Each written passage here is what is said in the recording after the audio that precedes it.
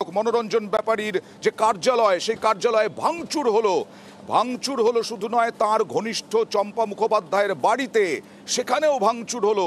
অর্থাৎ জেলা পরিষদ সদস্য আর বিধায়কের দ্বন্দ্ব যে চরমে, তা স্পষ্ট। কথা বলবো প্রতিনিধি রানার সঙ্গে। রানা, কিরকম কি ঘটনা ঘটেছে, কখন ঘটেছে, আর এখানে কি তিনি তার প্রধান কার্যালয় মনোরঞ্জন ব্যাপারীর?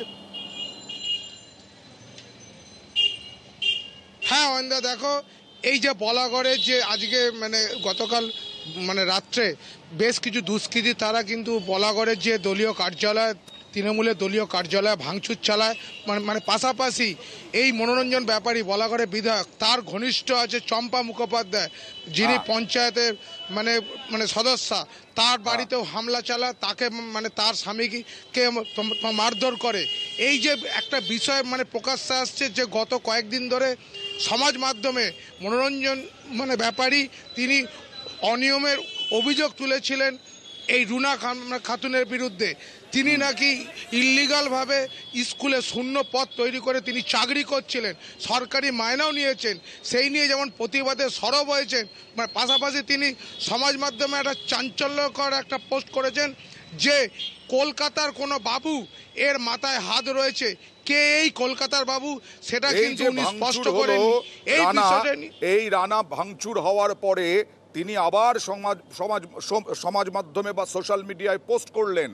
কি লিখলেন মনোরঞ্জন ব্যাপারী দেখো, যে হামলা ও ভাঙচুরের পর ফেসবুকে ফের সরব। তিনি বললেন, আশঙ্কাই সত্যি হলো।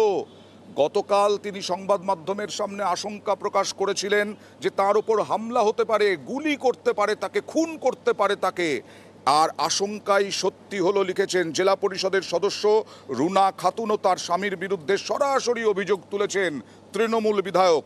আর গতকালই হামলার আশঙ্কা করেছিলেন মনোরঞ্জন ব্যাপারী। কি বলেছিলেন দেখুন।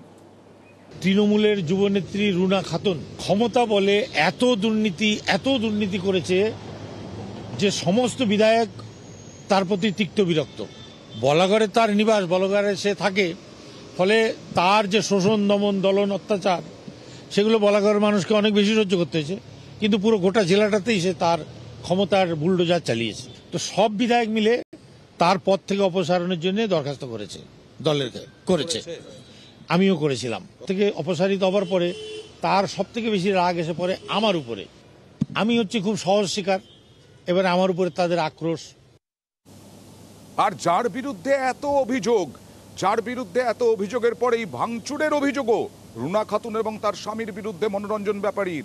রুনা খাতুন কি বলছেন? আমি জানি না বিধায়কের পার্টি অফিসটা ওখানে কবে গজালো। বিধায়ককে তো আমরা কোনোদিন দেখিনি ওরম কোনো অফিসে বসতে। উনি নিজে প্রমাণ দিতে পারবেন তো?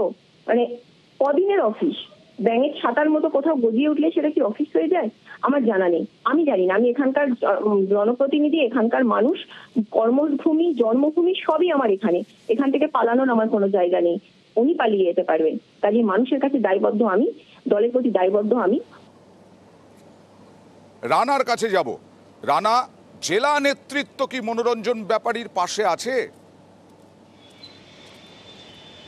হ্যাঁ অয়ন্দা, দেখো, এই যে বলাগড়ের যে তৃণমূলের ভেতরে যে কাদা ছড়াছড়ি, এই বিধায়কের সাথে যে রুনা খাতুনের, যে এটা নিয়ে কিন্তু জেলা নেতৃত্ব টোটালি মুখে কুলুপ উঠেছে।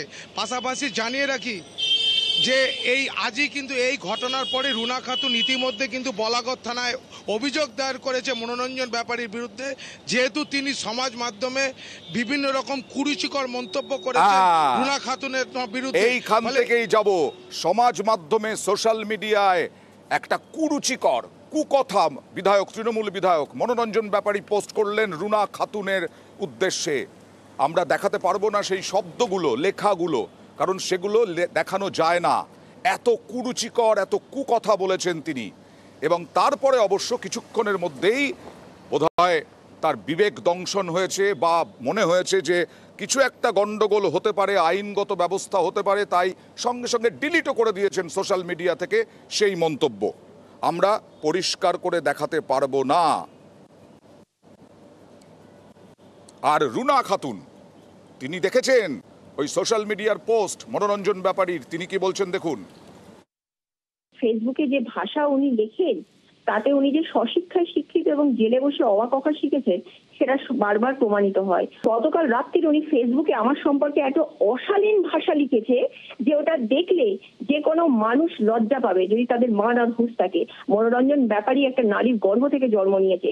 উনি যেভাবে ফেসবুকে আপনারা যেগুলো দেখতে পাচ্ছেন তার বাইরেও উনি কালকে ডিলিট করেছেন, কিন্তু আমাদের কাছে সেটা স্ক্রিনশট নেওয়া আছে। আমি একজন সামান্য জেলা পরিষদের সদস্য আর উনি একজন বিধায়ক, আমার থেকে অনেক বেশি উনি ক্ষমতাশালী, উনি দেখাতে পারবেন না। আর কালীঘাটের কাকুর কাল